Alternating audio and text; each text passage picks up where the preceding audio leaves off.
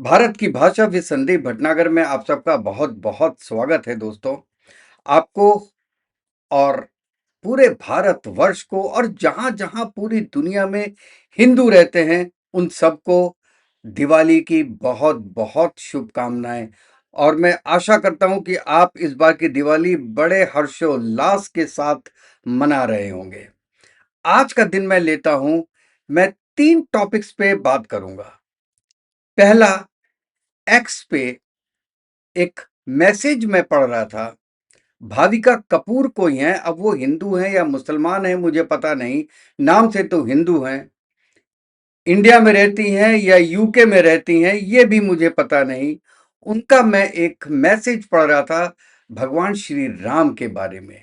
उसके बारे में मैं आपसे डिस्कस करना चाहता हूं, और ये किस दर्जे की गद्दार लेडी है, मैं इसके बारे में आपसे बात करूंगा। और दूसरा, उसको मैं लिंक करूंगा मोदी जी से। और फिर मेरा तीसरा विषय होगा कि जो अखिलेश यादव जी ने, जो कल 26 लाख दिए जलाए गए थे सरयू नदी के किनारे अयोध्या में, उसके बारे में जो टिप्पणी की, और ये जो महानुभावा लेडी है इन्होंने भी टिप्पणी की है उसके बारे में। उस और इन दोनों टॉपिक्स पे हम बात करेंगे। तो दोस्तों शुरू करते हैं, और शुरू करने के पहले मैं रिक्वेस्ट करता हूं कि जिसने मेरा चैनल सब्सक्राइब नहीं किया है वो प्लीज मेरे चैनल को सब्सक्राइब कीजिएगा। आगे बढ़ते हैं दोस्तों। पहला, मैं आपको उस ट्वीट की कुछ बातें बताता हूं जो ये भाविका कपूर, और मैंने इनका एक्स हैंडल देखने की भी कोशिश की थी, तो ये इंडिया ओब्लिक यूनाइटेड किंगडम लिखा हुआ है उसके अंदर। और एक्स पे ही कुछ लोग बोल रहे हैं कि ये मुस्लिम हैं, कोई कह रहा है ये हिंदू हैं, मुझे पता नहीं। लेकिन ये कहते हैं कि वाल्मीकि रामायण के हिसाब से राम जी ने जब राम जी ने सीता को जीत लिया था रावण से, उसके बाद राम जी ने सीता जी से कहा कि आप अग्नि परीक्षा दीजिए। अग्नि परीक्षा होती है आग पे चलने की। अगर लेडी पायस है तो वो आग से निकल जाती है, और अगर लेडी पायस नहीं है तो वो आग में झुलस जाती है। तो राम जी ने कहा था कि आप अग्नि परीक्षा दीजिए। यहां मैं उनको एक जवाब देना चाहता हूं कि राम जी ने उनसे नहीं कहा था। और ये आप क्रोक से पूछ लीजिए या चैट जीपीटी से भी पूछ लीजिए, ये उन्होंने स्वयं अपने आप ये निर्णय लिया था सीता जी ने कि नहीं, मैं अग्नि परीक्षा दूंगी। और ये केवल अपने हस्बैंड के लिए नहीं, ये पूरी दुनिया और जगत के लिए मैं ये अग्नि परीक्षा दूंगी और अपने को पवित्र शो करूंगी। तो ये राम जी ने नहीं थोपा था। पहले तो मैं उनको ये जवाब देना चाहता हूं। दूसरा दूसरा उन्होंने कहा कि ठीक है जी, वो तो ठीक हो गया। और उसके बाद भी एक धोबी के कहने पे उन्होंने सीता को अपने घर से निकाल दिया, जबकि वो प्रेग्नेंट थी, और उनको फिर वाल्मीकि की कुटिया में जगह मिली थी। अब यहां पे भी मैं उनसे ये बोलना चाहता हूं कि राम जी को उस वक्त पता नहीं था कि सीता प्रेग्नेंट है, पहली बात। दूसरी बात, वो राजधर्म निभा रहे थे। मतलब ये कि उनके लिए सीता के साथ बहुत लगाव था। अगर सीता जी के साथ लगाव नहीं होता तो वो लंका में ही छोड़ देते ना उनको। क्यों वापस लेके आए? पूरा उन्होंने युद्ध लड़ लिया रावण से, उनकी सेना से क्यों लड़ लिया? सीता जी के लिए लड़ा ना। तो वो प्यार तो बहुत करते थे, उनका अंग थी वो। लेकिन देश भक्ति में, क्योंकि कहते हैं राम राज का मतलब होता है कि पूरे प्रदेश में जहां जहां राम जी का राज था, एक भी ऐसा आदमी ना हो जो कि ना खुश हो। चाहे वो एनार्की राजा से या प्रजा से, किसी से भी कोई उसका गिला शिकवा ना हो, उसको कहते हैं रामराज। लेकिन जब एक धोबी ने आवाज उठाई तो उस आवाज का जवाब देने के लिए उनको अपने अंग काटने पड़े। मतलब सीता जी को अपने से दूर करना पड़ा। ये भाविका जी आपको समझ में नहीं आएगा। अगर आप हर चीज में, हर ग्रंथ में अगर आप कमियां निकालनी शुरू करेंगी तो बहुत से धर्म ऐसे हैं जिनकी कमियां गिनाते गिनाते महीनों लग जाएंगे, लेकिन आप उनके बारे में कुछ नहीं बोलती। मैंने आज तक आपका एक भी एक्स मैसेज, ट्वीट मैसेज नहीं देखा इस्लाम के बारे में कुछ बोलते हुए। क्यों? क्योंकि आपको डर है। आपको डर है कि आपने एक लाइन भी बोल दिया तो आप रह नहीं पाएंगी, चाहे आप यूके में हो, पाकिस्तान में हो या हिंदुस्तान में हो। और हिंदू धर्म के बारे में, हमारे मर्यादा पुरुषोत्तम के बारे में आप बोल सकती हैं, क्योंकि हिंदू रिटेलिएट नहीं करता जैसे करना चाहिए। अच्छा, अब मैं बोलता हूं कि हिंदू रिटेलिएट क्यों नहीं करता। इसलिए कि हमको बचपने से कुछ पढ़ाया नहीं जाता धर्म के बारे में। मैं आज ये अपना वीडियो करने के पहले मैंने अपने बेटे से पूछा, अब मेरी उम्र देख के आपको पता चल सकता है कि मेरा बेटा भी बहुत बड़ा होगा उम्र में। मैंने उससे पूछा कि भाई ये दिवाली क्यों मनाई जाती है? तो उसने बड़े सोच के जवाब दिया कि वो शायद राम जी लौटे थे, वो रावण को हरा के। मैंने कहा भाई वाह, तुमको तो बहुत पता है, लेकिन कहाँ लौटे थे ये उसको नहीं पता था। किस जगह पे इंडिया में आए थे वो, ये उसको नहीं पता था। उस वक्त मुझे एक बात ख्याल आई कि हम लोगों ने अपना बचपना केवल इंजीनियरिंग पढ़ने में, अपना साइंस और मैथ्स पढ़ने में, इंग्लिश पढ़ने में लगा दिया।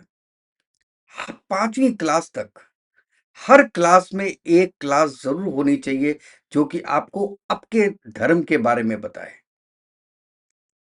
हिंदू लड़के हों तो वो रामायण पढ़ें, गीता पढ़ें।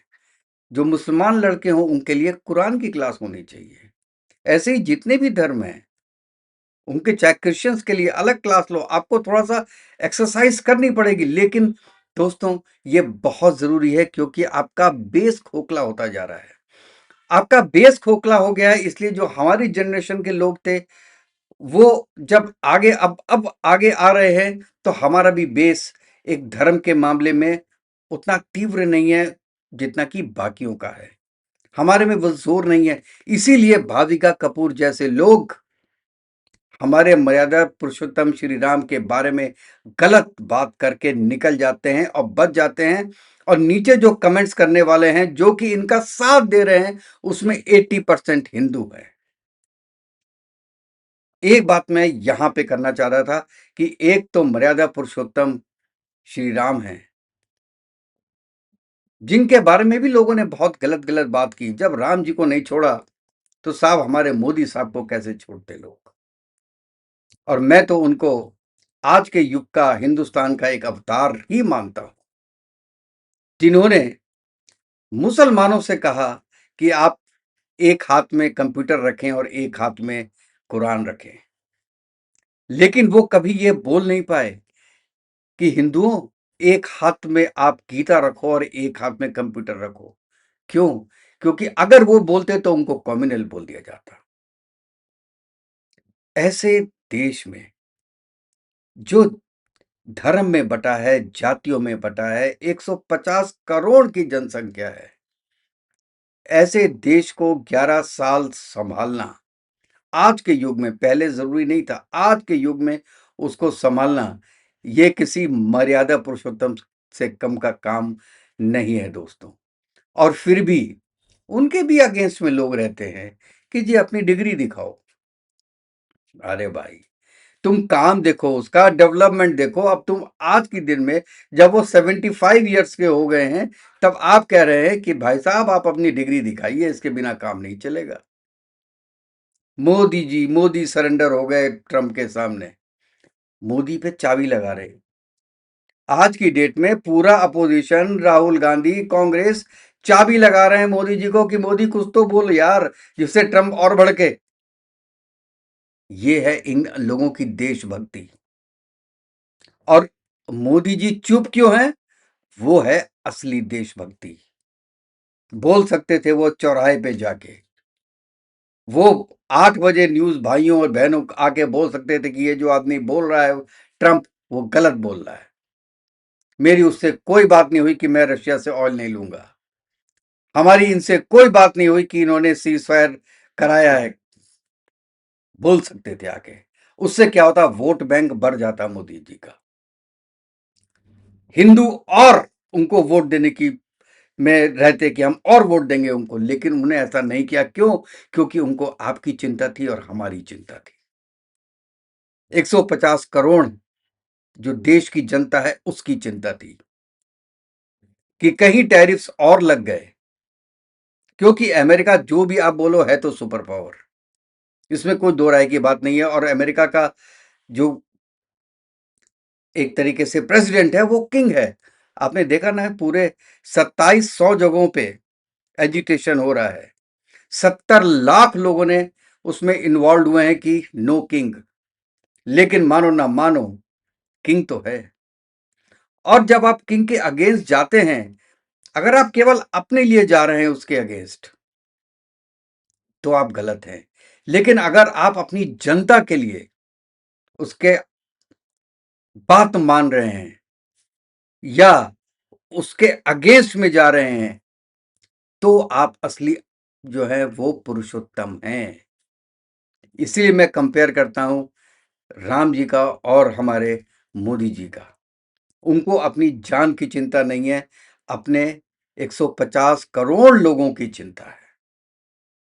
और दोस्तों, अब मैं अपने तीसरे टॉपिक पे आता हूं, और वो है कि सरयू नदी के किनारे जो 26 लाख और 17,215 दिए जलाए गए कल की डेट में, उसमें अखिलेश यादव ने कमेंट किए कि ये नहीं होना चाहिए। और ये जो एबनॉर्मल सी लेडी है भाविका कपूर, इसके भी कमेंट्स आ रहे थे कि इतना पैसा, इतना अब लग रहा है, इतना गरीबों को दान कर दो। भाइयों, ठीक है, गरीबों को दान कर सकते थे, लेकिन आपकी और उनकी भावनाएं इससे जुड़ी हुई हैं। उन भावनाओं का क्या करें? जो दृश्य पूरा देश देख रहा है, और 28 लाख दिए में कितना तेल लग जाएगा यार, और कितने लोगों का भला कर दोगे। लेकिन जो एक जागृति आती है दिया देख के कि हम हिंदू हैं, हम इस देश के वासी हैं, हमारे देश में दिवाली मन रही है, ये देख के जो मन में उत्साह उत्पन्न होता है, वो तो करोड़ों लोगों के मन में हो रहा है ना दोस्तों। इसलिए मैं इसको इतना बुरा नहीं मानता। आपको गरीबों की रक्षा करनी है, गरीबों को देना है दान, बिल्कुल दीजिए, लेकिन जो एक परंपरा है उसका भी कोई लॉजिकल रीजन है, वो परंपरा को आप जरूर कायम रखिए। जैसे कि आपने देखा, कई बुद्धिजीवी बोलते हैं कि आप पटाखे मत छुड़ाइए। साल में एक दिन पटाखे छुड़ाने में उनको प्रॉब्लम है। क्यों उनको प्रॉब्लम है? क्योंकि कुत्ते डर जाते हैं। धर्म की चिंता नहीं है, आदमियों की चिंता नहीं है, उनके एंटरटेनमेंट की चिंता नहीं है, उनको चिंता है कुत्ते डर जाते हैं और पॉल्यूशन होता है। आप ये बताइए, एक दिन में कोई आदमी कितना पॉल्यूशन कर लेगा? अब तो वैसे भी पहले से बहुत कम हो गया है। पटाखे भी बायो डिफरेंट हो गए, जिसके अंदर धुआं कम निकलता है। लेकिन ये भी एक बहुत ज़रूरी चीज़ है, एक, क्योंकि एक बहुत इम्पोर्टेंट पार्ट है दिवाली मनाने का। और दिवाली मनाना केवल यही नहीं है कि राम जी आए थे लौट के सीता जी को लेके, इसलिए हम बहुत खुशियां मनाते हैं। ये एक मेन रीज़न ज़रूर है, लेकिन जो उसका सबसे बड़ा रीज़न है ये है कि हमने अपनी परंपराएं रखी हुई हैं। वो परंपराएं चाहे दिए जलाने की है, चाहे लक्ष्मी माँ की पूजा करने की है, और चाहे आपका दशहरे के बाद से ये पूरा प्रोग्राम शुरू होता है, रावण जलाने की है। ये सब परंपराएं पुरानी हैं और वो चलती आ रही हैं, और उनका एक, जो मैं कहता हूं आज के दिन में प्रैक्टिकल रीजंस हैं। आप ये देखिए, अमेजॉन और फ्लिपकार्ट की सेल कितनी बड़ी है इन एक हफ्तों में। बिजनेस पॉइंट ऑफ व्यू से भी ये बहुत इंपॉर्टेंट है। छोटे छोटे कुम्हार जो दिए बनाते हैं, वो केवल साल में यही 10 दिन काम करते हैं और इतना कमा लेते हैं कि वो फिर साल भर उसी का खाते हैं। फूल वाले, मालाएँ वाले कितना बिज़नेसेस इससे बढ़ता है और एक जो जागृति होती है पूरी दुनिया में, वो अलग है। और एक जो सबसे बड़ा फ़ायदा मैं कहता हूँ नंबर 1 फ़ायदा, वो ये है कि आपकी घर की सफाइयाँ होती हैं।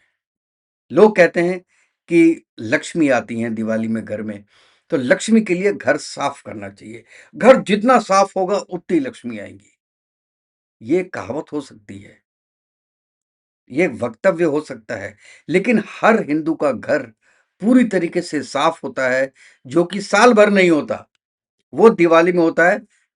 जो डेली की सफाई होती है दोस्तों, गृहिणियों से पूछिए, जो 10-10 दिन लग के पूरा घर साफ करती हैं, अंदर कोना-कोना, कहीं एक जाला ना रह जाए। जितने भी उनके अलमीराज़ होते हैं, स्टॉल्स होते हैं, सबको खोल के, सब सामान निकाल के, साफ करके दोबारा लगवाना है, व्हाइट वॉश करवाना है। वो तो आपका पूरा घर साल में एक बार बिल्कुल नया की तरह हो जाता है और वो साल भर तक रहता है। ये भी एक बहुत बड़ा प्रॉफ़िट है, बहुत बड़ा एडवांटेज है दिवाली मनाने का। और लास्ट में दोस्तों मैं यही कहूँगा कि ये दिवाली केवल एक त्योहार नहीं है, ये हिंदुओं को मिलाने का एक अवसर भी है, भाईचारा बढ़ाने का भी एक अवसर है और दुनिया को बताने के लिए भी है कि हाँ, अभी हम ज़िंदा हैं, अभी हिंदू कौम ज़िंदा है। तो दोस्तों फिर से आप सबको एक बार दिवाली की बहुत-बहुत शुभकामनाएँ और आशा करता हूँ कि आप ठीक होंगे, स्वस्थ होंगे। तो जय हिंद, जय भारत, वंदे मातरम।